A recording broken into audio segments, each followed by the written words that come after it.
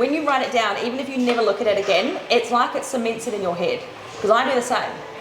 I'll write a goal down, and I'll, like, you know, we do after every comp, we sit down and we write down 10 things we could do better. I usually don't look at that again. I just forget. And I look at it a year later and I'm like, fuck, I've actually done all those things. But I think if you write it, you don't have to look at it again, because you know you can come back to it later on because it's in a book somewhere safe. So it's easier to remember because you're not worried about forgetting. Correct. And it's not sitting in your mind going all the things I did or didn't do.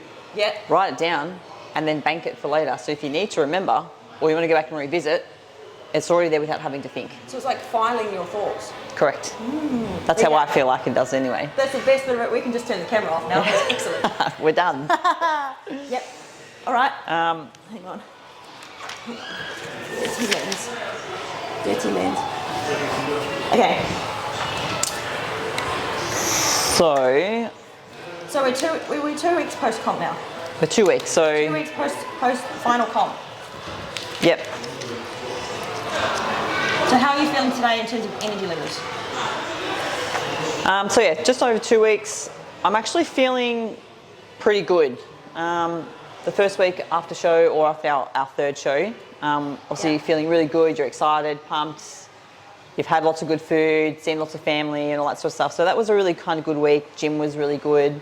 Yep. And then the following week, I think it was just last week, energy has always been really good. I haven't really struggled with energy. I haven't really struggled with like eating food. Yeah. But I let one day ruin. Yeah, I did see you had a little bit of a relapse day, and but it was a day, right? It was a day. One day. It was a moment that I let a moment carry on to a third moment and a fourth moment, and rather than just writing it off as a hey, just enjoy food, I let that actually ruin my next 3 or 4 days. Yeah. Okay. So rather than just wake up and say, oh, I'll get back on board like you normally would, I just did all the things opposite. So I chose not to eat breakfast. Okay. Because I'm like, well, I didn't earn it. I shouldn't have it because I've just eaten so much extra food. So I chose not to have it. Right. I wouldn't normally do extra cardio, but then I felt like I had to do extra cardio to try and eliminate so all the old habits came back. Bad habits. So one moment. Yeah, I let it do that. And it's probably 5 days now since I had that, you know, we call it one bad day, and in hindsight it wasn't probably even a bad day. It was probably just a standard meal that most people would eat every week or every second day. But when you've been so strategic on planning for something, and then you go and do something that was unplanned, you feel really much more naughty. You feel lost. So I feel like I was doing something really wrong. Okay. So I've had quite a mental shift this week in terms of going, it's just food. Food is information. It just comes and goes. You'll eat it, you'll digest it, and it's in and out of your system in a couple of days. It's not going to ruin the rest of your week. 6 months of hard work. It's Correct. not going to ruin 6 months of hard work. 4 years of building muscle. Correct. Yeah. But I let that derail me. Okay. And although it wasn't too bad, I mentally let that kind of ruin my next 3 or 4 days. So instead of just enjoying life and just being normal, all I did was just worry about one day. Okay. And I really struggled. I've actually really struggled with that. So I just chose this week moving forward, had all my meals prepped like I do every week because I always got time to do it. Yeah. And I just enjoyed it. And then even yesterday, again, really mindful, had a coffee and I had a mini Kit Kat. Wow, whoa, breaking all the rules. But I did that to normalise it's okay. Yeah, I'm not in comp mode. It was a fun size Kit Kat. Wow, like it's not the end of the world. Yeah, so you're easing yourself back in. Just to remind myself, it's okay to eat this. Yeah, it is. I'm allowed to have it. Was it on my meal plan? No. But it's one chocolate. And it was 2 bites. Like it's okay to be normal. This is what my normal would generally look like, but it's been so different for the last 3 months. Okay. I just need to remind myself that it's okay. Yep. Yep. So yeah, I've had that little bit of a struggle in the last few days around food, and really bad habits of eating something I feel like I shouldn't, go and try and make up for it. And I remember, I think I put you up, actually, I think I sent you a text in our group chat about saying, you know, I might do this, I'm going to lower my carbs, I'm just going to kind of tinker a couple of things, and your message was, don't change it. No. What's the point in changing it? Nothing's going to change. Just move forward. Exactly. That's all. If anything, by cutting your calories, you're just going to make it worse. So you might as well just put it behind you and just move forward. Move forward. Yeah. Yep. The fastest thing to do is move forward. So it took me probably 4 days after I messaged you that to then get back into it. Okay. But overall, feeling good. Like I'm only this weekend will be 3 weeks since our last show, or since the last show. Yep.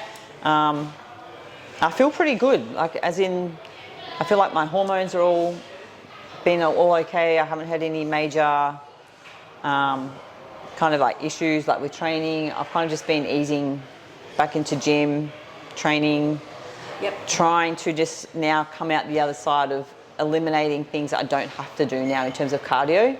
Yeah. I don't have to do all these things, but I'm choosing to do them because they make me feel good. Yeah. So now it's just trying to find that healthy balance of what's too much and what's too little. Yeah. Trying to move into this next. What's strategic and what's knee-jerk. So cutting your calories because you've binged is knee-jerk. Yes. But having a Kit Kat with your coffee is strategic. You know, all that stuff, this is something we'll talk about a lot today, is now we make all the decisions that are good for you in the long term, or good for you as an athlete in the long term. Yeah. So cutting your calories for a couple of days, is that good for you in the long term? No. No. Having a Kit Kat every now and then, good for you in the long term? Yeah. A little bit of cardio, good for you in the long term. Yeah. But if you do it to try and fix something, then that's where the longevity is now being compromised. Yeah. So going forward, everything right now that we're going to talk about today is about your longevity as an athlete. Correct.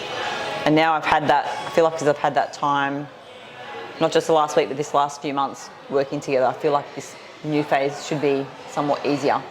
Much easier. Or easier. Yeah. Be challenging, but in a good way. The execution is still difficult, but now you know it works and you know the system, and you also have all the data because you've been so good on keeping data. Next time, it's about now we just refine, because you've got your blueprint now. Now we just refine. The first part is like, and you were like this too, like what the fuck is going on? Yep. Because you don't have a blueprint yet. But you can't build a blueprint until you've done something for a certain amount of time and then measured it. So now you've done something, you've measured it, and now you refine it. So the first year is always the hardest. Yep. The second year is hard in a different way because you feel like you're used to learning all this new stuff, and next time you're not going to learn a lot more. Yep. Just get better at what I have learned. Yeah, you know what a protein is, you know what a carb is. Like you can't learn that stuff again, but what you do learn now is how your body reacts to certain things. Because the more you do this, the more your body's going to react in different ways, and that's what you start learning. It's all about you. So it's tracking what your body's doing, making adjustments based on what's best for your body and what works for your body. So the first part is the education in terms of, you know, the science. And the science will always be there, but now we have to actually take which parts of the science are actually relevant to you and at which time. So you've done the hardest bit. Well, if that's the hardest bit, I feel like the rest should be pretty easy. Yeah, it'll be super smooth sailing now. As long as you always track, which I know you will, it will always be pretty easy. Yep. It will be pretty, and it will, over time, the part that will get easier is your body's going to start responding faster. Yeah. Which is why you go back to what you did the first couple of times where it was like an all or nothing, like it feels like an extreme. You can't, that's the shot throwing shit at the wall and hoping something sticks, because you can't repeat that. There's too many changes. So even though it might work, you need to know which parts of that system you needed to do and which parts you didn't need to do, so that you don't do the bits you don't need to do. You just do the bits that are actually relevant to you, and that's it. Yep. And that's why you have to track, and it's all trial and error. Because then you'll know how much cardio is right for you. How many rest days do you need? Yeah. And it comes down to your physiology, how many rest days you need. So some people naturally recover faster than others, so they can train more. Yeah. If you need more recovery, then you take it. And you might feel like you're being lazy, but you're not, you're being strategic, because you know, I know I need to take a day off after every lifting session. So I can lift, day off, lift, day off. If I do 2 back to back, the second one is shit. Yep. So I'm not being lazy by taking a day off, I'm being strategic. Strategic, yeah. Yeah. So tell me about this. Hold this up. This is so cool. Post-show reverse diet, and I like this. Be kind, be mindful. What made you write that? Be kind, be mindful. I think as athletes and people post shows and based on previous experience, I think people or myself you just need to remind yourself that being stage lean is good short term. Yeah. But it's also okay to start putting weight on at a different rate than everyone else. Yeah. And it's not about even putting weight on. I've got no problems about coming out of a show because I'm really good at going, we're here for a show. Yep. It's here for work / business, for an event. Yep. And coming back into normality.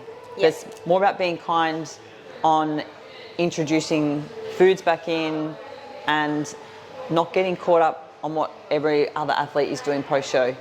Yeah. Because that is something that I struggled a little bit during my season, was always comparing other people and why are they doing this and why are they doing that. Yep. And again, the best way for me to eliminate that was to stop following them. Yeah. No offense, but I love you as a person, but I'm getting really caught up in your world, not mine. It's nothing personal. It's not personal, so I'll follow them back now. But yeah, post-show, I think it's just you've spent so much time planning for a show or planning for this event. It's just a reminder to be kind coming back out of that and just take a break and going, you don't have to put as much stress on your body, as much stress on your mind, Exactly. just to try and eliminate all those pressures that you put on, trying to be right and so strategic moving forward that, post-show, it's all about trying to still have the same reason and same way to enjoy what you love about prep, enjoy the time out of it because it comes and goes. It does. So to me, that was, be kind, be mindful is just I think for the first month I said I just need to be kind to myself. To yourself, yep. And what's to come, because changes will come. Yep. And you need to be okay with it. Find a way to be okay with it. Sit with being uncomfortable for a short time. Yep. Because then uncomfortable becomes the new normal. True. And I just need to find that new normal, which, again, 3 weeks post-show. Maybe I haven't found it yet. It's okay for others that have. I'm still trying to balance out what my new normal will be. Yep. And know that my new normal is going to be better than my normal now. Exactly. So and it should be better than your normal before, in your last off-season. So as long as each off-season is a little bit better than your last off-season, then you're going to come in better for your next show. Well, the biggest thing for this will be I never really actually had a post-off-season well, there you go. plan as such. So anything is better. Anything right now. is already moving better. So okay. this is all, again, post-show will be slightly different this time around. Because I haven't had a full off-season plan. Yep. They've all kind of just been a bit sporadic based on will I or won't I compete. I should, maybe I will, maybe I won't. And then you pull the trigger and you haven't actually had a baseline. So it's gone into a bit of no man's land and then decide to do a show. So instead of starting off in an off-season or a good building phase, we've just cut in with however I look, let's start prepping. Yeah. So sometimes it works, sometimes it doesn't. But yes, going forward, it's going to be a lot more strategic now, partly because, yes, you know what to do, but also now there's time to plan out the whole year. Yep. All right, tell me what you've written. So first week, I've just made a couple of notes post-show, just saying the first week we're spending more time unwinding, taking a moment to come together with family, get straight back into work and call out. So I didn't take any time off post-show. Also that first week, I didn't track or measure food or drinks, but I did continue to keep my protein really high and eat 80% of my meals. Yep. At the back end of the week was good with all my meals and gym in between just work and being on call. Yep. And then I just made a little note down here to say it was the first week to be kind to myself, forget the pressure. So week 2, I have more clarity and can be okay with what's the week that was in terms of having those sweet treats. People have obviously made lots of good food for me, and people just wanting to celebrate. Friends and being a really nice person, which Kirby is, and she's generous. She will do anything for everyone, which means when her show is done, everyone wants to spoil her and take her out and give her yummy meals. All the good stuff. And the problem is, people think you're so healthy and so fit, you can afford to eat this. And so it's actually the opposite. I have to train extra hard and extra long because I do enjoy all those sweet treats. I actually have to work a lot harder for them because it's not a natural instinct for me just to lose weight. I really have to work for it. So as strategic as it is, it's beautiful to have all these wonderful food and people want to take you out and do stuff, which I will do in due course when the time's right. Just got to spread them all out a little bit. I just need to be a bit more In mindful. 2 months' time. Correct. Put them all on a roster. Exactly. I just have to kind of plan them out. Yeah, that's funny. So yeah, it is really lovely to have a lot of people to celebrate with. Yeah. But with lots of celebrations and lots of different groups of friends and dynamics comes with, it's really hard to say no, that you're saying no all the time. So I'm like, I can't keep eating all these good stuff. Yeah. Well, I can eat good food, but I also put weight on very quickly, which is why part of my Be Kind is I know my body well enough to go that some of it's going to come on. It will come on faster than normal, but it also takes longer to lose. And that's okay, because that's just how my body works. And you know it will come off, you just need the patience. Need patience. Yeah, you've got the work ethic, it's the patience that you need. Yeah. Correct. Yeah, and like, what you've been good at, that a lot of people do struggle with, is after comp. And I know this happened to me after my first season. I was like, oh my gosh, I don't have to do food prep. Right, so I didn't. And that's where the binging comes from, because it's not having all this good food ready. So even if you're, say you're going out twice a week with friends and you're eating restaurant food, if you're still meal prepping, then you're still eating good food all around that. And yes, those meals are still not going to sit well in your stomach because it's stuff that you haven't had for a while, so it probably makes you feel gross. But as long as you keep meal prepping, and I know I said this in my other video, it doesn't even actually matter what you make or whether it's the right amount of this and that. What matters is you've got all these healthy meals ready, so you actually stay in a cycle of eating good food regularly. So when you do eat a few bits and pieces off the plan, it doesn't turn into this full-on fucking binge. Just, yeah, exactly. Yeah. Yep. Because it's the novelty of, I remember this too, because I was working full-time, so I was taking my massive 6-pack bag and my 6 bottles of fucking water and my suitcase full of all my supplements, because my coach had me on like 12 different supplements. And I was taking all the stuff with me everywhere. And it was just taking all the stuff with me that was annoying. Yeah. Like big heavy bag, like 6 1-litre bottles of water, all of that. So I remember afterwards I was like, I could just not do it. So I did not do it. So you just chose not to? Yeah. But the problem with that is then the other side of it is, okay, then you're hungry, then you have cravings, and then you start eating all the stuff that you don't want to eat, and it doesn't make you full. So you eat more and more. You just eat more of it. Yeah. That's the problem. So it offsets this that's how the binging happens. So that's why I say you can have a few meals off the plan as long as you keep meal prepping so that your blood sugar levels stay stable. Yep. That's key. That's why the frequency matters. It doesn't even matter if you're not having the right amount of protein or this or that. It's the frequency, all right? You're having a little bit of good protein, a little bit of good fat, a little bit of plant matter, every few hours. Which means your blood sugar stays like that. So if you don't get a drop, then you're not going to get cravings. Yep. So then you have a restaurant meal and you eat half of it and then you're like, oh, I'm full now. That was nice. I feel a bit gross, but I'm full. And then 3 hours later, you're having a healthy meal again. Yep. So that's how, you can actually stay in a good cycle, and that's what off-season is about. Yeah. Because you are going to bring those bad meals back in, but the key is to never let yourself get hungry. Get hungry. Because that's when the shit hits the fan. Yep. Yeah. But I actually wonder if that makes any difference. Because all through my show, and even minus last week, I haven't had any weeks where I've felt like I've been so hungry that I need to eat more. So I don't know if that's because we've had a really good plan in just filling up with lots of good food, or spreading that out, or if it's now because I don't have a plan or an end goal, I'm allowing myself to just eat extra shit because I don't have a plan. Yeah. So it's partly what you were eating because it was high satiety food. So this is, obviously if you have protein in every meal, we do that because we want to build muscle, but also it gives you satiety. So those proteins like your fish and your like eggs and whatever is high satiety types of protein. Then a little bit of good fat, like the flaxseed or whatever, even the fish has got good fat in it. A little bit of good fat frequently, high satiety.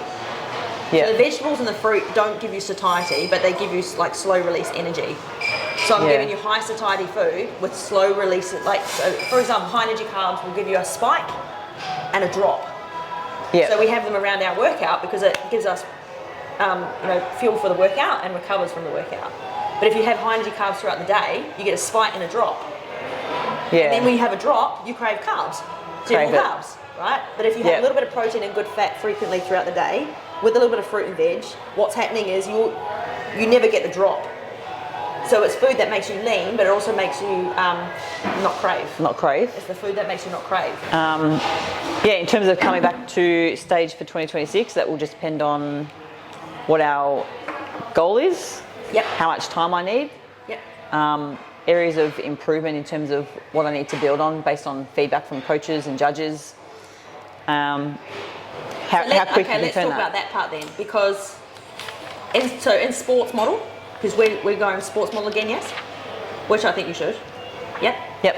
So for you, the feedback from the judges was pretty much unanimous, which is good, right? I know we talked about this before. Pretty much all the judges gave you the same feedback, which is usually not how it works. Usually they all give you different feedback because they all have different opinions, which is fine, especially in the model category. But they all gave you exactly the same feedback, right? Yep. Which is more glutes, which they're going to say to every sports model anyway. So there's no such thing as too many glutes. So more glutes and fill out more. So those are your two. Those are your two objectives for your off season, right? Yep. More glutes, which to me is more of a flexibility posing thing than it is muscle, but we're obviously going to work on more muscle. But to fill out more, you can, being more full, if we talk about what does filling out mean, it means your muscle bellies look more plumped, okay? Yeah. So that's not necessarily more skeletal muscle, which will take years and years and years, but a muscle's like 70% water. Yeah. So to make a muscle physically look bigger, you could do that just by how you pose. So you could get back on stage in 6 months and look more full. Yeah, okay. So you could do season A and B if you want to. What matters is, do you have the time for it with your job because it's busy? Do you want to spend all that money? Or do you want to take a full off season off and then go end of the year? So obviously Rachel's taken a few seasons off because she wanted to get her boobies done, and we're going to document all of that as well. So that's why she's taking quite a lot of time off. Plus she's gone from amateur to pro, so she needs to look really different. Yeah. For her first time on stage as a pro, she needs to grow into being a pro, which she's been doing, right? So Yeah. you're still working as amateur, which is great because there's less pressure.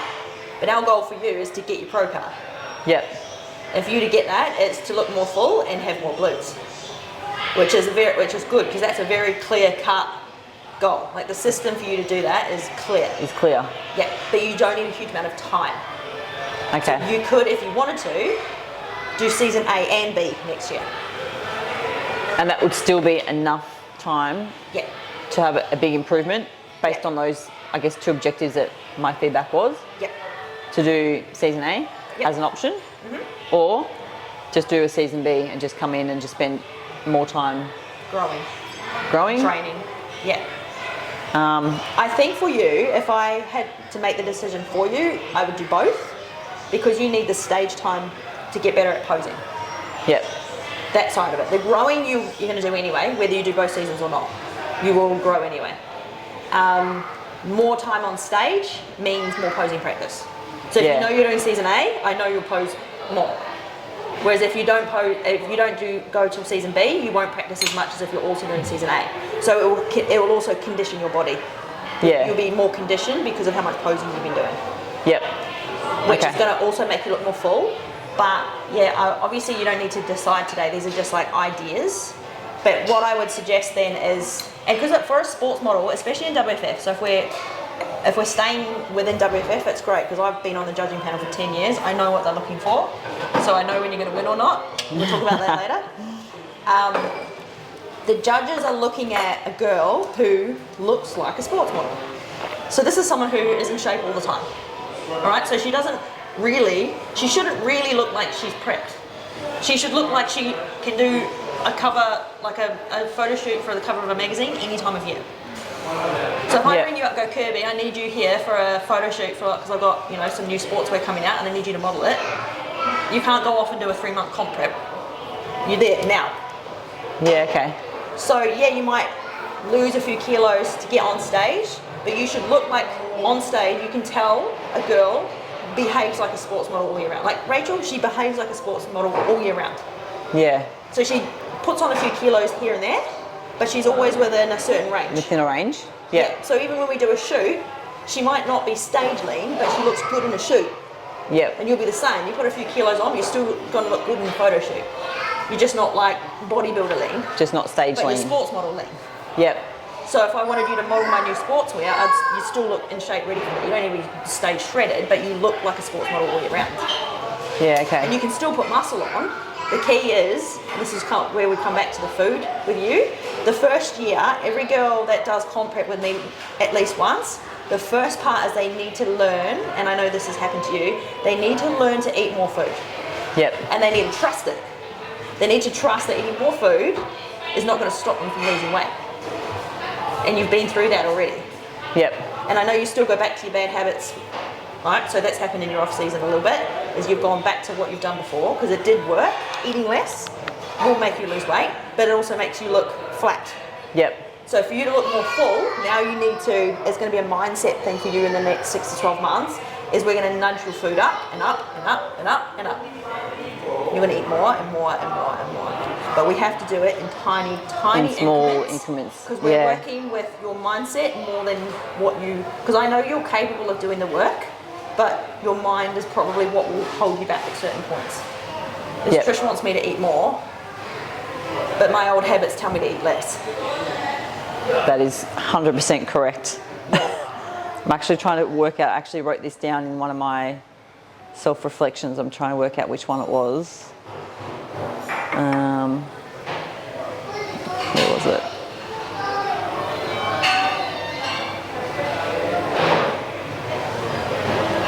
Can't remember where was it. But I wrote down here somewhere how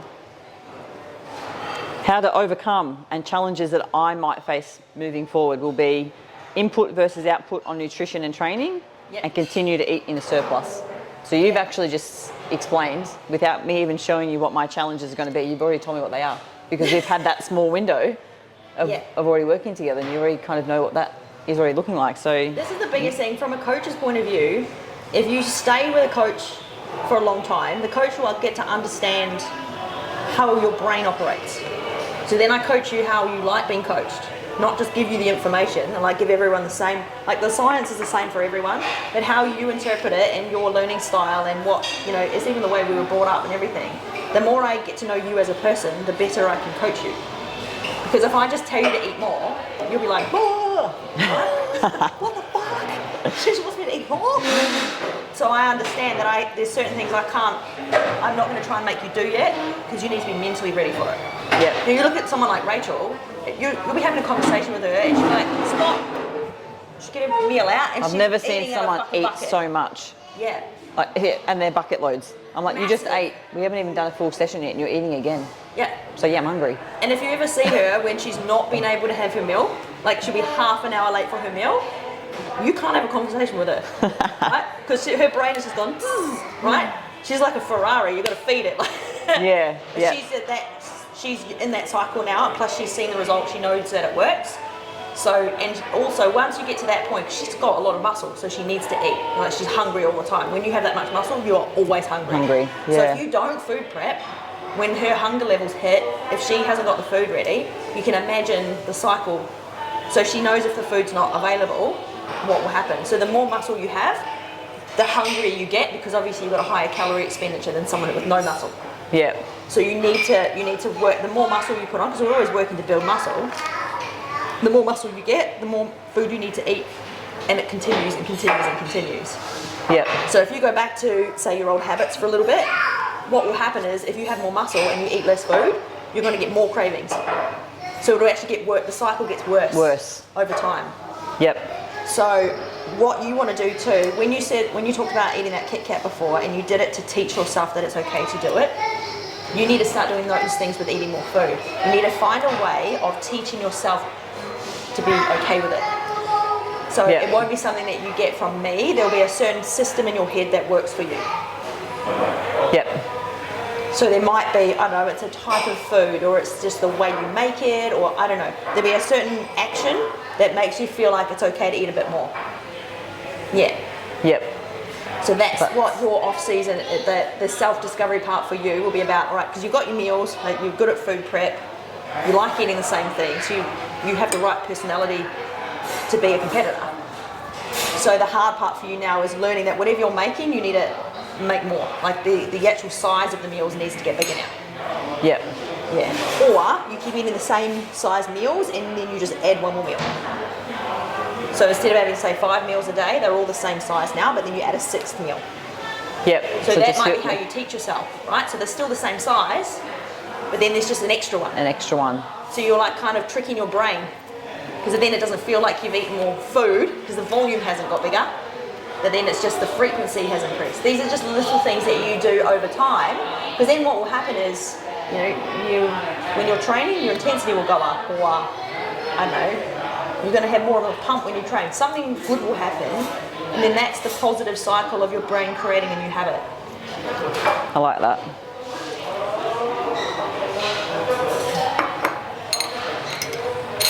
Yeah, I think that will actually be, that's actually probably a really good idea, because that's, with my work, I do so many inconsistent hours and call outs and a lot of shift work. So if I already eat my 5 meals, I feel like I can't eat anymore, because I've already told myself I can only have 5.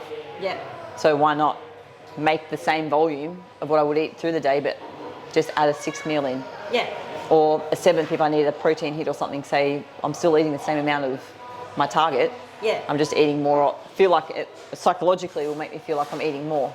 Exactly. Maybe that will be a starting point. Yeah, try it for a few weeks, because this is how it happened to me. Again, if I go back to my first season, because my first season was so horrible, I came out the other side with all these aversions to things. So I remember one thing I did was I got rid of all my containers and I bought new different containers, so that I didn't feel like I was prepping for that show anymore. Because I was like, I needed to keep food prepping, I still need to eat good food, but I need to remove those negative connotations with that time in my life. So they were perfectly good containers, and I fucking threw them all out and got different, like now I have those purple and red ones. Yeah. Because to me that symbolises that I'm not that anymore. So I've done lots of little things like that over the years, just to remove myself from a certain habit that I have in my brain. And for you, if it's eating less, we need to build habits that make you feel like you're not eating more, because at the moment your brain is telling you don't eat more. You know what I mean? Yep. So this is us building new habit loops in your head. And I just have to laugh, because your comment now about changing containers. Yeah. I have literally changed containers or Tupperware of what you've had prior, because they're bigger. So now I feel like I'm eating more, or I'm adding more leaf matter to my meals because the container is bigger.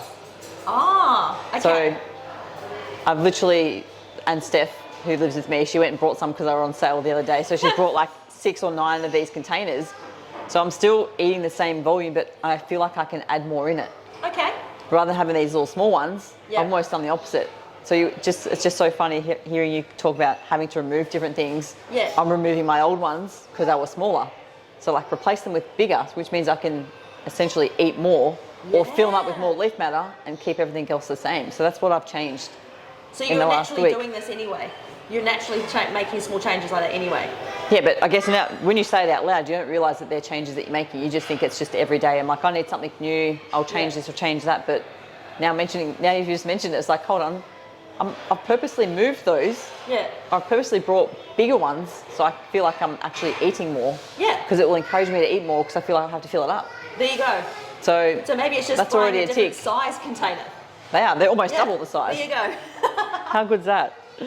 That's so funny. And again, it might sound like such a small thing, but if that's what you need to do to feel like the change is not a big change, then you need to keep looking for things like that. Yep. Yeah, because then what happens is these things need to go into a peripheral now. So it's not an effort for you to eat 6 meals. It's just you've made 1 extra meal, and then you have your meals for the day, and then you just keep eating till they're all eaten. Yep. There have been times where I've eaten 2 meals together just because I've been busy during the day. Yep. But then I know at the end of the day, my nutrient intake total per day ends up the same. Still the same? Yeah. Yeah. What's worse is when you have big gaps throughout the day and then you get to night and you've got 3 meals left to go. That's when it's a bit shit, because then you feel like you've got this big mountain of food that you need to get through. So that's why I think starting earlier in the day and having lots of small meals throughout the day, and if you have to eat 2 back to back, that's fine. Because really what we're doing now is obviously we're going to talk about your training as well, but you're eating now to fuel and recover from these workouts, to grow. Yep. So we need to make sure that you can consistently get the same amount of nutrients in every day. Yeah. That's just adding 1 extra meal at the end of every day, that's great. I reckon that was a big win. I'm going to put that down as a change / put it in as my opportunity of something to change. Yes. Just quickly, when we did these documents before our show, Trish had said at the end of every show, write down 10 things that were good, 10 things that weren't so good. Yeah. So now we've done 3 shows. I've done this collective of 10 things that were really good, 10 things that weren't great, big wins, big losses. So this should actually make our planning really easy because we're actually going to start knocking out all the things that didn't work too good. Yep. And we make them work good from now onwards. And that's Exactly. 6 months out or 9 months out for a next show. Exactly. So how easy, this should be simple, yeah? So simple. Or simpler. Well, now it's very strategic and very focused. Yep. So what's on the list of things to improve? List of things to improve. Well, if I go back just quickly to the start, Yep. I put in common things that worked. So this is based on either show day and leading into show day. Yep. I put in, and you can either correct me or we can fix this. I put in things that worked well, frequent and daily check-ins. Yep. I annoyed the shit out of you every single day. What time I wake up, when I got to work, how long I was at work for, how many meals I had during the day, when I went out, got a call out, or I got home, I went to bed late, or I didn't do my steps, what I trained and what I didn't train, how I feel at training every single day. We'll show you guys. This is good. Okay, so I'm an absolute pest, and I would make sure every single day, I normally send them the day after so I can give her the full range. So I don't want to send a message at 10 o'clock at night because then I end up getting a call out. So then that changes my sleep. So the next day I have to wait to message Trish the following day. But I think that was something I did really well was Trish said more info the better. So I said, all right, well, if you want more info. Just say it. So we've got this chat. So this isn't my app and she sends me updates every few days. Look at all the updates. Every day. Every day I'll get maybe 2 or 3 messages. So it's good though because I don't. Oh my God, look at all that. Well, this is good. This is good. Are you embarrassed? That's a lot. This is why she's a sports model overall champion though, because this is the amount of checking in that she does every single day. So yes, and I read all of them, and then and sometimes I send one line back to her. Sometimes it's like, good work, thank you. Yeah. And that's all you need. You don't need all these extra messages and content back. It's more for me. It stays accountable to go, you know what, Trish said more info the better, and it just gives her a snapshot of how my day's been, how my week's been, and almost just at the end of the week, I do a weekly check-in and say the week that's been, good, the bad, the ugly, what I'm feeling, and I make sure that that's all captured. So it actually either helps moving forward or whilst we're actually working together as a new coach and client for the last 6 months, as Trish just mentioned before, the more info you give, the better it is because then she knows how to coach me. And I can only get better if I give her more info. So I overload her with info. And how does it feel from a client point of view, telling me, so you've had a few days of falling off the wagon, feeling bad about it, gone back to your old habits. What does it feel like telling a coach that stuff? The first couple of days, I probably, to be honest, I didn't message you for about 2 days because I actually felt embarrassed. Okay. I felt a little bit embarrassed and I probably felt a bit more guilty of letting my coach down. Right. So it took me a good couple of days to actually work up to say I had a couple of off meals and I should have just done it in the first place. Yeah. Because after explaining all of these thoughts and feelings for about 3 days, I bombarded Trish with I was feeling bad and all these sorts of things that I was feeling. Her message back was, thanks for letting me know, I appreciate it. Let's just move forward. And that's all you needed to hear. Yeah. So I could have just done that 2 or 3 days when I was feeling like that. But I was almost too embarrassed to tell someone as a coach. It's easy to stay stuck in the feeling of being pissed off with yourself and then it gets worse, doesn't it? It gets worse and then you just... I did this, move forward, rather than wallowing in it for 4 days. Yep. Yeah. I let it go for too long. And during prep, everything else, I would document if I had an off meal or I had something extra. I'm like, I've done this so good for so long. Why am I so hesitant to message her now post-show? Like, I should just be celebrating, hey, I've just eaten a whole lot of good stuff, like, just letting you know, FYI. But I didn't. I actually did the opposite and tried not hide it, but I had to really build myself up to tell you about it. Yeah, okay. And it really wasn't that bad. No, it like, wasn't. In hindsight, it probably wasn't that bad. It was a storm in a teacup. Correct. But yeah, communication with your coach, I think something is really important, and I think it's a vulnerability thing, isn't it? Because it's easy to just pretend that you're being perfect all the time and hope that your body doesn't show that you've been done. Yeah. But the issue with that is, and I guess from a coach's point of view, is We're expecting you to go off the plan sometimes because no one's on it all the time. And any coach who's also been an athlete themselves knows, because I've been through all of it. I've had periods where, like after my comps, I didn't weight train for 4 weeks. It's gonna be fucked.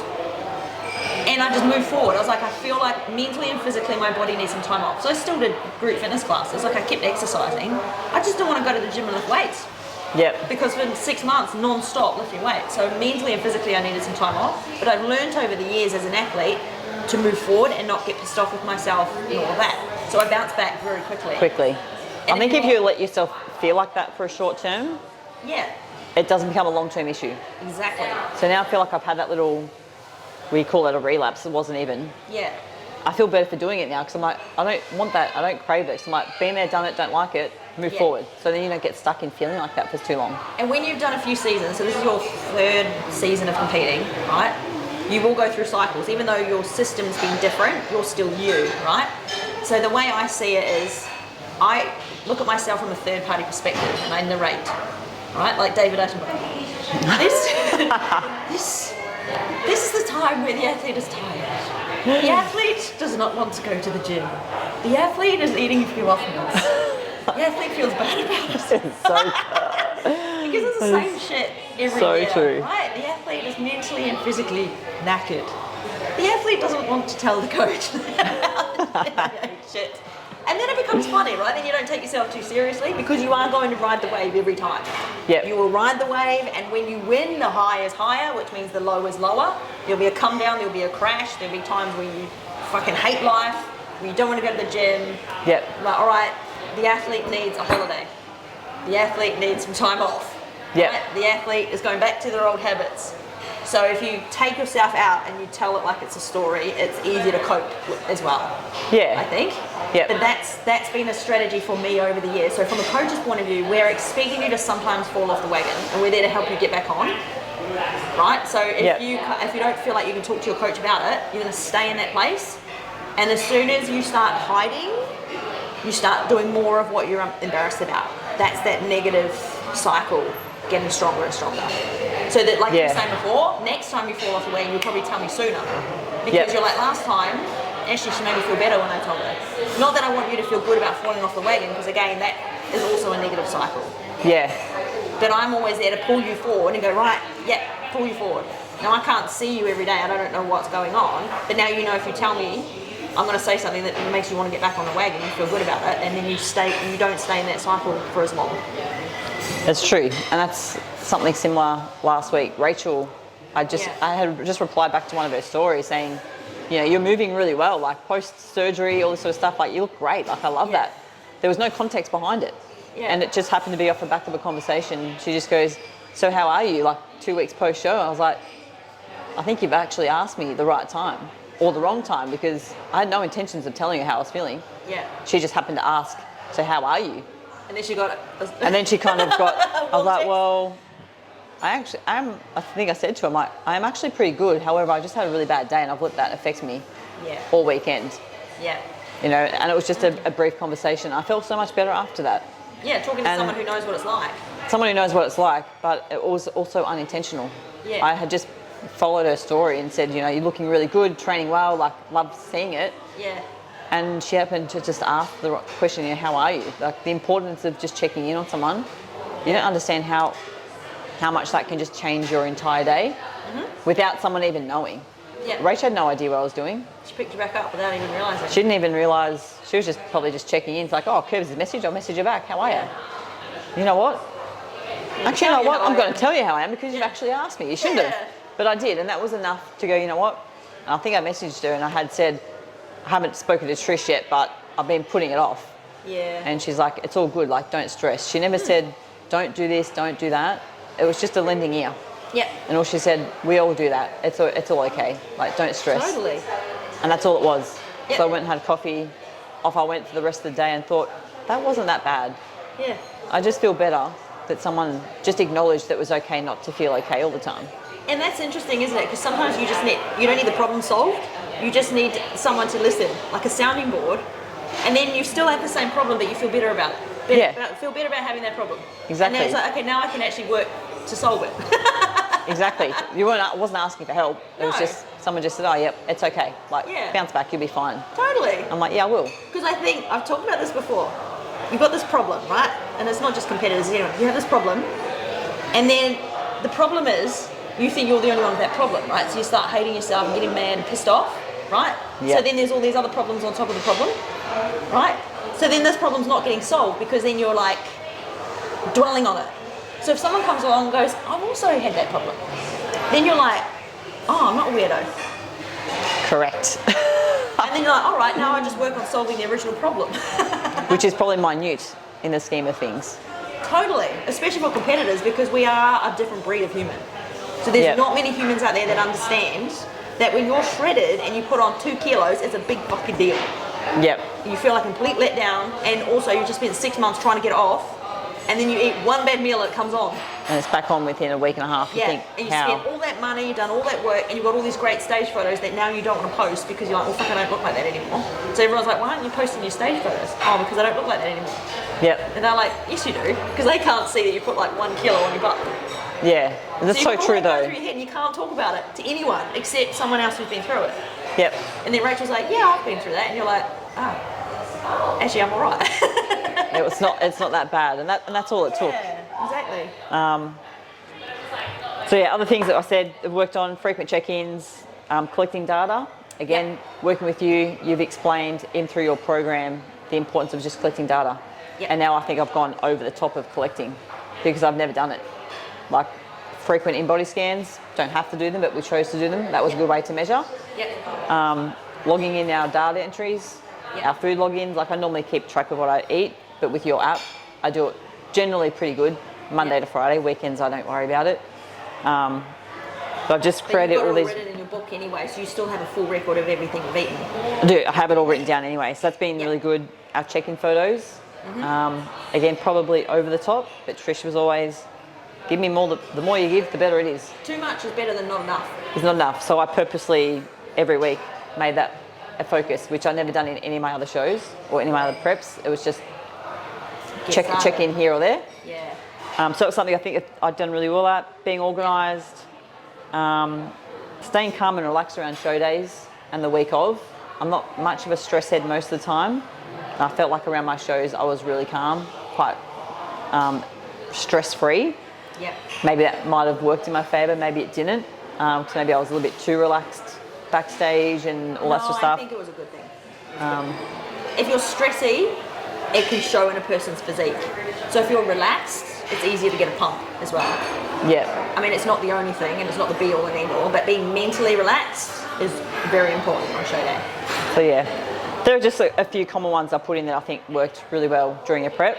Yeah. Improvements to work on. This is through prep and maybe just through training in general. Yeah. I put down here water loading and hydration. I suck at drinking water. I hate it, I don't like it, and it doesn't like me. Okay. So that's going to be something to work on in your off season. That's something to work on. It might be a case of you actually adding something to your water that tastes good. Which I had to do for my prep. I added something in just to drink it, so it had a bit of flavour.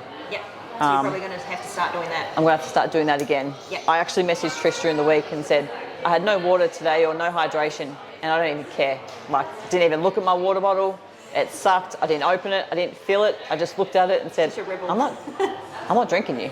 Yeah. So I went and had coffee instead. Like, I was just hating on water this entire day. I'm like, didn't even fill my water bottle up. And I messaged Trish and said, hey, I didn't even drink my water today. And I don't even care. Like, all this unimportant information, but I'm like, sometimes you just have to make it fun. And say, well, I'm just being honest. Yeah. Did not drink. And if you do that once a year, I'll let it go. Yeah. Once off.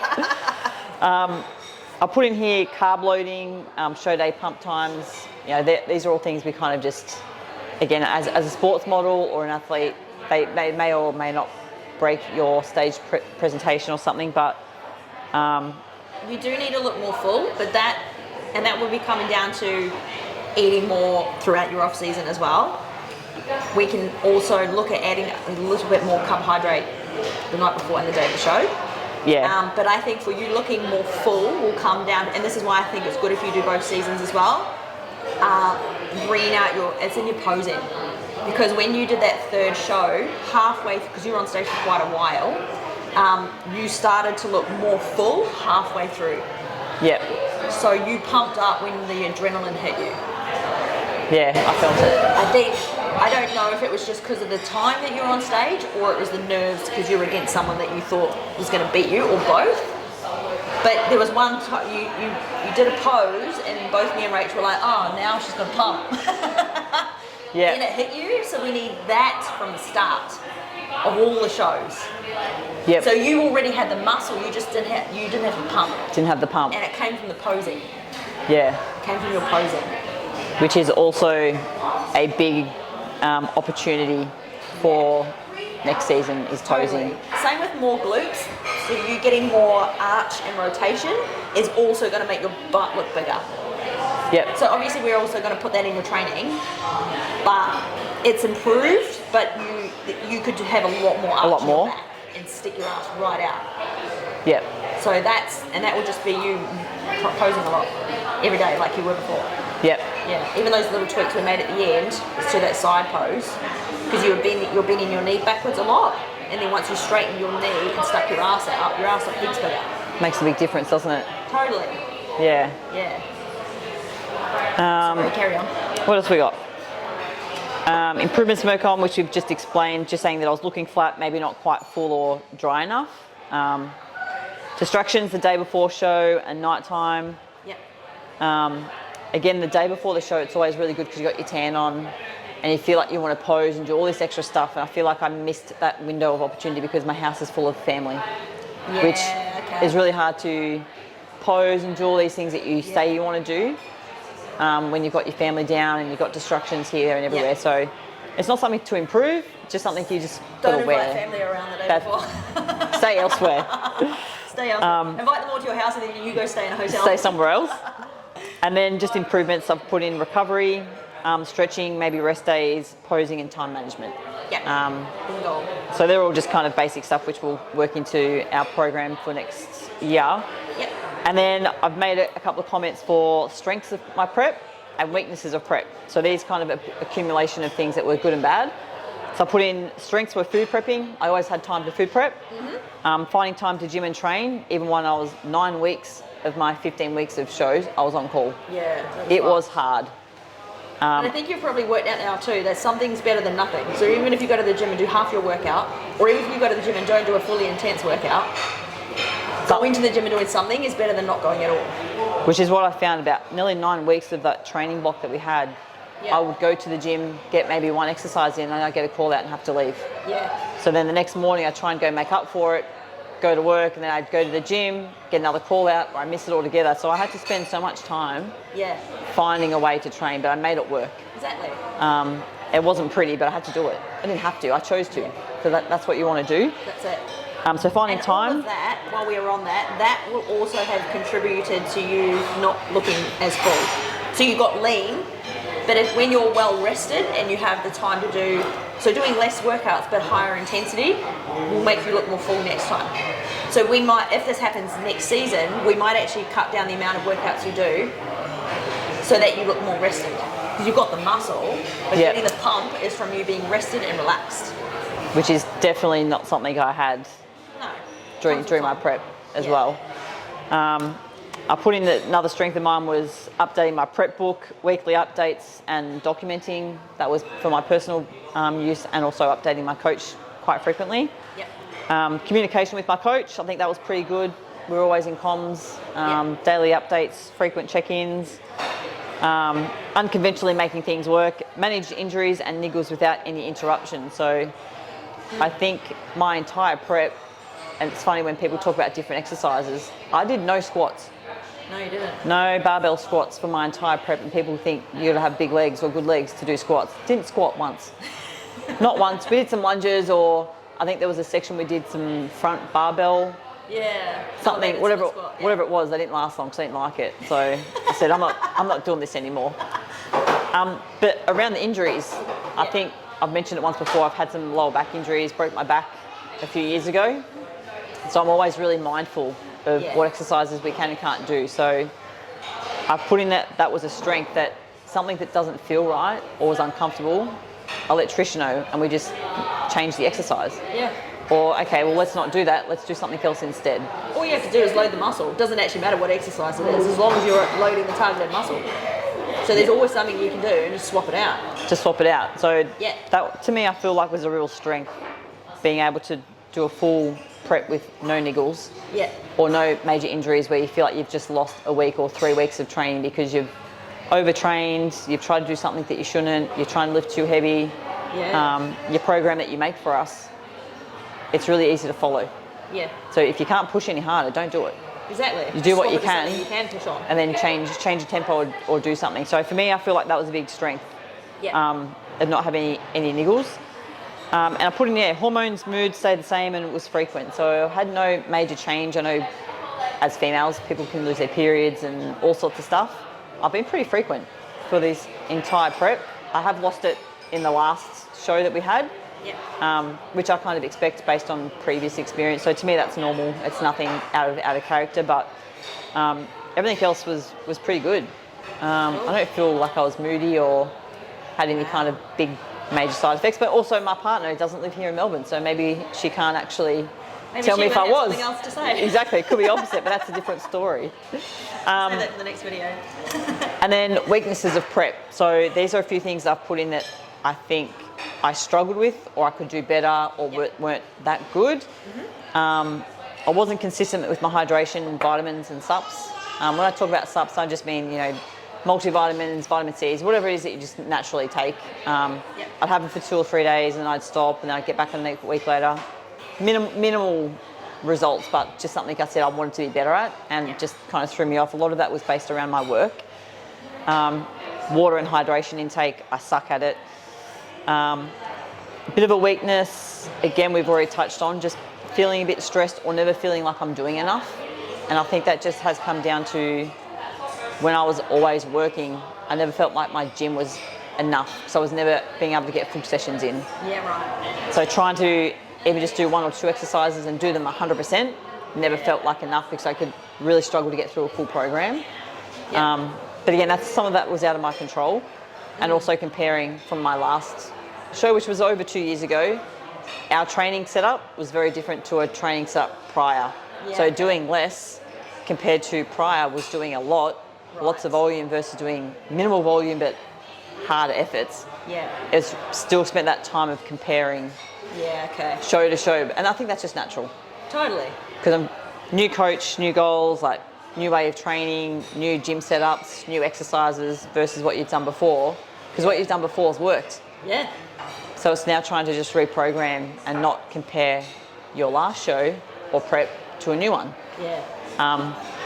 So it wasn't a bad thing, but it was just something I was always comparing, which is where I felt like I wasn't doing enough. Because we might only do 4 or 5 exercises. Yeah. Whereas last time I might be doing 8 or 9, but those sessions were going for so long. So was I overtraining, or was it a different timeline? And your intensity will be going down throughout the session just so you can get through it. Just to get through it. Yeah. So I did struggle a little bit with that. Yep. Stretching mobility was very minimal. I don't stretch, and I have no mobility, as we've discovered in my posing and life in general. I've got some now, so that will be a key focus. Then some more. Snacking the extra bites, I think we're a little bit too frequent between prep. Yep. That was something that I think I raised with Trish 2 or 3 times. I'm like, I don't know why I'm doing it, because you told me not to. And it wasn't necessarily bad, but it's just like, just don't snack while I'm food prepping. Because you don't realise when you snack, even though it's still really good food, you're still eating more than what you needed to, even though it was good. But when you're 4 or 5 weeks out of your show, that's when you go, you should really just pull the trigger. But I was still having those bite-sized bits and pieces and doing this and doing that. It's just and the issue with that is just it's not measurable. You can't measure how much you're doing it. Correct, and I was doing it all the time. Yeah. So that was something I think was a bit of a weakness. Okay. Inconsistent work, again, that was out of my control. Prioritising rest and recovery, that is something I really struggle with. I don't know how to rest, and I don't really spend much time recovering. But that will be something moving forward I think we can change. Kill 2 birds with 1 stone there, because I'm very similar mindset. So this is actually, it'll be different for you. This is what I've done this year. This is why I've started teaching mobility classes, because I have to physically do it. Yeah. So when I'm teaching those classes, I'm doing my mobility work, but that's recovery. So I'm killing 2 birds with 1 stone. Yep. So I go to the gym and I do a mobility class. That's it. That's it. That's it. I don't do any other workout that day. So really that's a rest and recovery day. Yeah. I've worked on my spine mobility, you know, back opener, chest opener, hip opener, but I've still gone to the gym out of habit.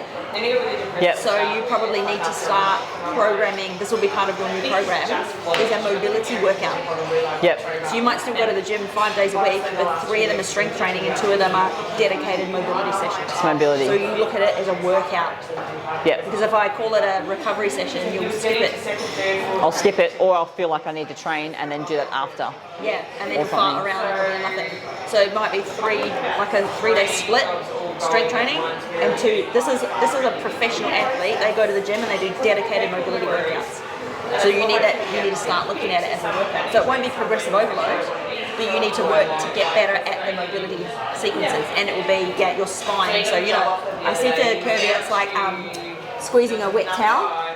Yeah. We need to do this to her back. Bad. That way and that way. I do. Yeah. So that's going to help with everything, making you look more full, making your glutes look bigger, but also it's your rest and recovery. So it's something that you go there and you feel like you're still being productive. So it's a way of resting and recovering where you're still being productive.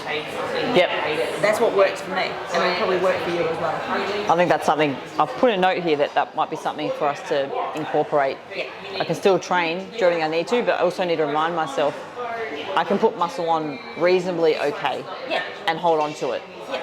And I think over our prep stage or over the last couple of months, we've realised I don't have to overtrain or train as much. I can now shift my priorities over to mobility and posing, and then almost fit training in between. So do some form of, still doing my strength training, but I've got to that stage now. If I miss 1 or 2, that's probably not going to be that costly to me. It'll be costly if I miss my posing and stretching and mobility. So that's something that I've put in here, that I need to shift my mentality of going, I know I can train well, but I need to train, There's no danger of you falling out of the habit of strength training. There is a danger of you falling out of the habit of posing and doing mobility. Yes, exactly. And I know that that's something that I would, not purposely, but that's something I would put on the back burner. Yeah. So I need train is always my number 1. So I put down in here that I need to shift my priorities and say, maybe the first 6 or 8 weeks moving forward, it'll be about strength. Build my strength back up, do all that with my posing and mobility, and then get to a stage where I'm comfortable in my training, and then do that at the end and go, right, my priority now needs to be mobility, posing, then train, and then wherever it might be. So as an athlete or a client, I should say, I need to be given priorities. So if Trish puts down, you need to do posing, this, that, and then gym last, and I don't get gym in for the week, well, that's okay, because I've been told that these are my priorities. So if you're going to miss something, you miss your strength training. So which sounds fun when you're a bodybuilder. Right? I work better with structure. So I need priorities based on different times. So that will be something I think we need to do moving forward. Well, from today, mobility will be first. Then posing. Then strength training. Cardio is just you do it. That will be 4. And in fact, I know you do your stats and you watch my videos, so which is great. So right now that will be your priority: mobility, posing, strength, and then cardio. In another couple of months, then it will be posing, mobility, strength, and cardio. I don't think your strength training will ever be number 1 until you want to have until you're pro, and then you want to have a decent off season to grow into being a pro. Then we'll change strength training to be number 1. That scares me. It scares me when someone. That's in a few years' time. It scares me when someone says strength training will be last. What do you mean? Like, I just want to I love training. No, it will never be last. That's when it'll be first. Okay. That's when it'll be first. So at the moment, we'll have 1 We've got some time to work on that, hey? Do pro card first. Done. All right, so there's just some weaknesses I put in there. The last couple of months, I put in here our biggest wins. On a personal note, asking you to be my coach. I feel like that has been my biggest win this year. Really? On a personal note, I've had a lot of personal success this year. We've had a really good year, got married, we've done lots of really good things, we've trained, we've got a new coach, and I feel like my personal win has been not just having you as a coach, but you've actually changed the dynamics of a work-life or a work-life gym balance. And your videos, your app that you provide for all of us, I don't know if everyone uses them or not.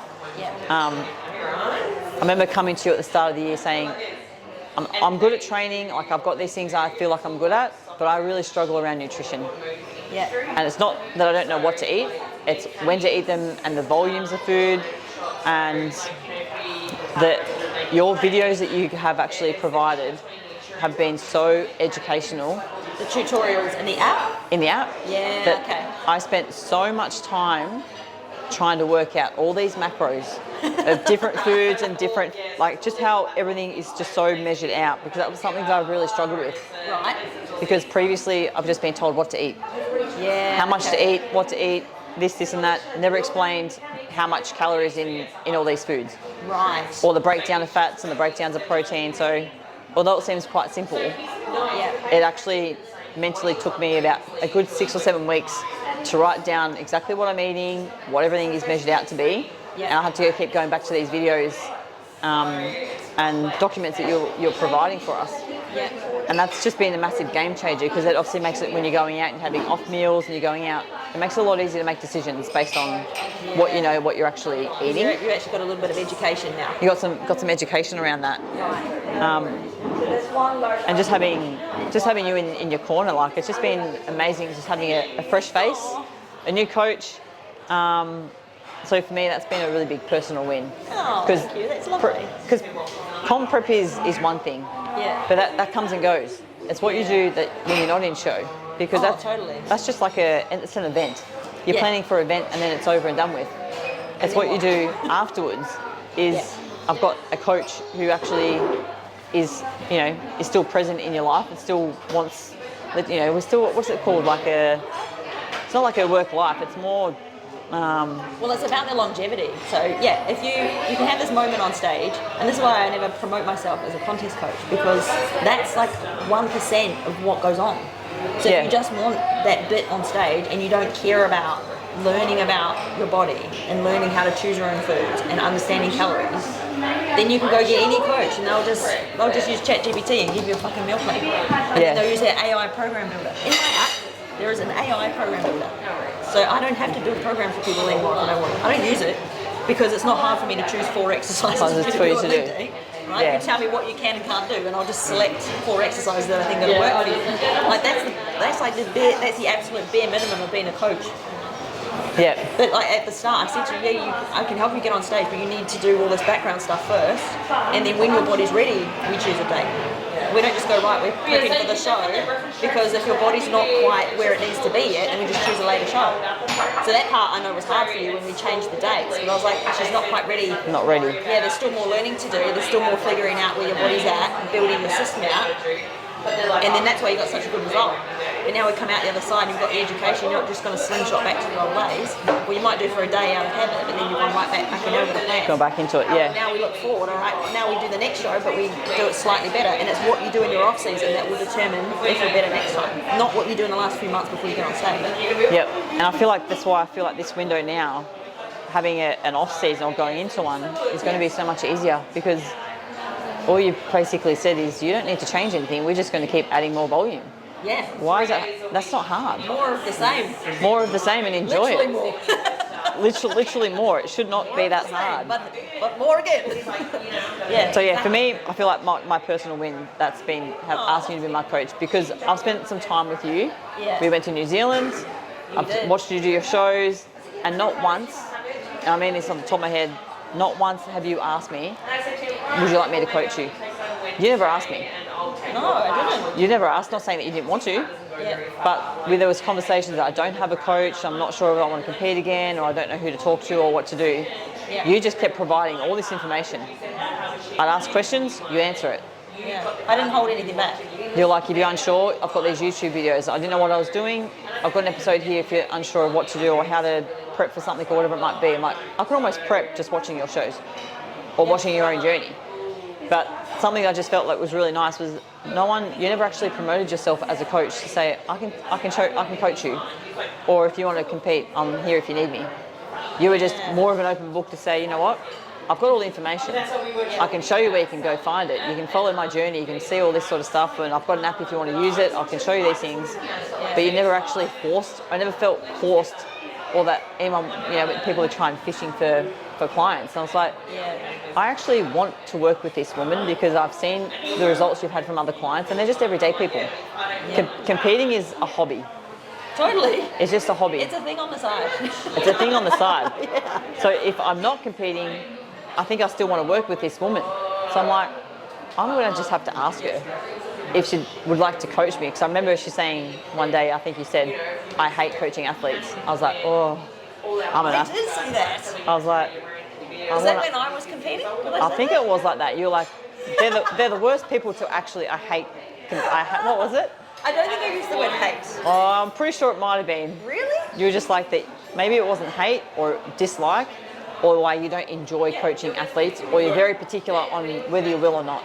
Yeah, I am. I'm very fussy about it, and you're I've had many people message me and say, "Will you coach me for a show?" And I said, "Unfortunately, I'm full at the moment." Many times, but so and so is. So I've referred them off many times. Yeah. Many times, because I know they don't have they're not coachable. I can tell straight up. I can tell you were coachable. So I was like, if she asked me, I'll say yes. Yep. I think I remember you asking me that was one thing that you said. Yeah, you're coachable, so I'm happy to do that. So to me, that's been the biggest win. Yeah. This biggest win so far. On a personal note, on a competition level, we sat down 6 months or 7 months ago, and I said I'd like to do sports model, but I've never won an overall. I won my tall categories or whatever it might be, but I've never gone into an overall and won. 6 months later, we win 2 overalls. Sorry, what? Never. Three seasons of competing, I've had some placings. And I think we sat down and said, I would love to win an overall. So your first overall, let's just tell everyone, how many girls did you beat to get that overall? How many girls were in the sports model in total for that show?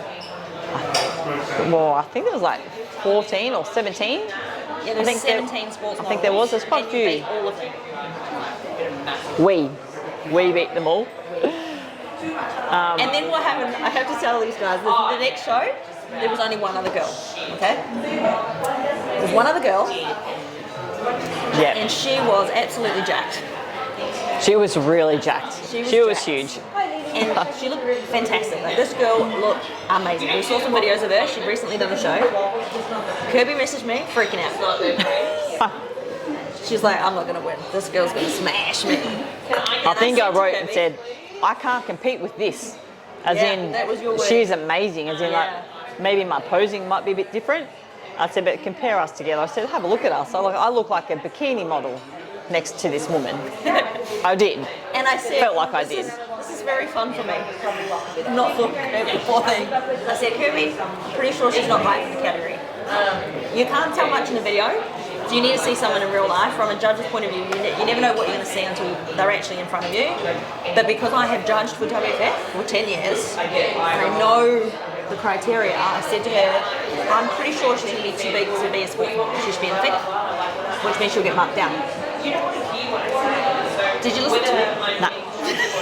I tried to. Her ears but I did. listened to me. Her heart did not. So on the day, you actually lost confidence, right? It messed with your head. You made a few mistakes on stage, which you thought were big and we didn't even notice. But you let it knock your confidence. Yeah, I did. And so when you did win, the look on your face was absolutely priceless. It was absolutely priceless. Because a lot of athletes feel this way too, that if someone has got bigger muscles than them, then they're going to win. But as a sports model, it's pretty much 50% your body and 50% posing. But if I was going to choose someone to be on the cover of my magazine, or I was going to choose someone to model my sportswear, I'm going to choose the girl that looks like a sports model. I'm not going to choose the one that looks like a bodybuilder. Yep. So yes, she looked amazing, but she was not right for that category. If she had been in figure, she would have cleaned up. She wasn't right for the category. So this is where having a coach who is not just a coach, but also understands judging criteria is valuable. Yeah. It's very, very valuable. But I tell you what, I have to thank you, because my favourite thing to say is I told you so. Trish is always right. I don't even know. I came and sick gave of you a hearing big it. hug. I don't even remember this. I came here and gave you a big hug, and I said, I fucking told you so. And Rachel was filming. And she was filming it. She got it. Yeah. I was like, yeah, baby. I know. My God. That was I did. funny. I literally went into that show all those last couple of days so defeated. Yeah. And your shows aren't always about winning. Like, you want to win. Yeah. But just being able to compete and do what you enjoy doing, it's always the biggest win. But I went in so defeated. Not so much because I knew I was going to lose or think I was going to lose. It's not about placing, but just being up against someone who is just has so much more muscles and was obviously it was suited for a different category. I just thought she had confidence, she had sass, she had beauty, she had presence, she had everything. Yeah, she did. She was just too jacked for the category. Yep. And I remember seeing her. I thought, you're a goddess. Like, have a look at you. Like, Me too. I loved it. I was like, you look absolutely phenomenal. Yeah. And I let her know that. Like, I actually said to her after the show and just said, you are incredible. Yeah. Like, you are such a beautiful athlete. But obviously the categories, again, I guess probably just worked in my favour. Yeah, for that day. I'll always tell you in your face whether you suit the category or not, and I won't put you somewhere that would happen to you. Yeah. So it's just her bad luck. There was not enough research done. Or maybe she just wanted to do the sports model category and she was happy with that. You don't know. Everyone has a different reason. Different reasons. But from a competitor's point of view, and this is easier said than done, the worst thing you can do is look around and decide that you've lost. Yeah. Because that actually happened to me in Brazil. So that when I won, I looked around backstage. I was like, oh fuck, I'm not in place. Half these girls were jacked, absolutely jacked. Yeah. I was lucky that they couldn't pose. So when we were all on stage, their posing was bad and mine was really good. Was so really good. I showed my shape. So I was like, there were 10 of us, and I came first. And the girls that were like, here's little old natural me, haven't taken anything apart from fucking creatine, right? Up against these same beautiful, amazing athletes, Yeah. couldn't show their shape. Isn't it? Yeah. And that's just a prime example of run your own lane and just do what you're good at doing yourself. Yeah, 100%. And you cannot go off someone else's Instagram, socials, whatever. Yeah, stay in your lane, put your blinkers on and go for it. Yep. And I did. And I actually let that affect my last show because not only did I go in feeling defeated, because I was already feeling like that, I actually let my posing probably or my stage performance feel that because I was like, and again, there was that little bit of a buffer going, I've got my family here, my coach here, Rach was there, Graham was there, Dave, Oz, like all my previous coaches and people that you're so connected with. Yeah. I just wanted to be really good, but I was the complete opposite. But in your head, you didn't think you were. Opposite, yeah. Maybe I looked okay, but internally, You looked really good. internally, I made. To lose. I went In your head, you went in to lose. I went in to lose, so my performance for me didn't feel like it was that great. So I'm like, well, what's the point? Because I'm not here. But then I should have reframed it. So a mental note for that for me was enjoy your peak week. Trish hates that word, but enjoy the showtime regardless whether you win, lose. There's only one of you or 10 of you because you're there for one a day. Yeah. I should have enjoyed that last week for my last show with my family, with my friends. But again, mentally, I let that derail me, which then led my performance to be quite average. Made a couple of errors. Again, I internally know that because I know what I did or didn't do. Yeah, well, you were supposed to. And I just froze. There was a whole section of my posing I didn't even do, and I spent a whole week getting it right. The thing is, you were so right for the category, and she was so wrong for the category, that all your muck-ups didn't equal enough negative points for you to not win. Yeah. So even with all those mistakes, it was still obvious you fitted the category. So lesson learned.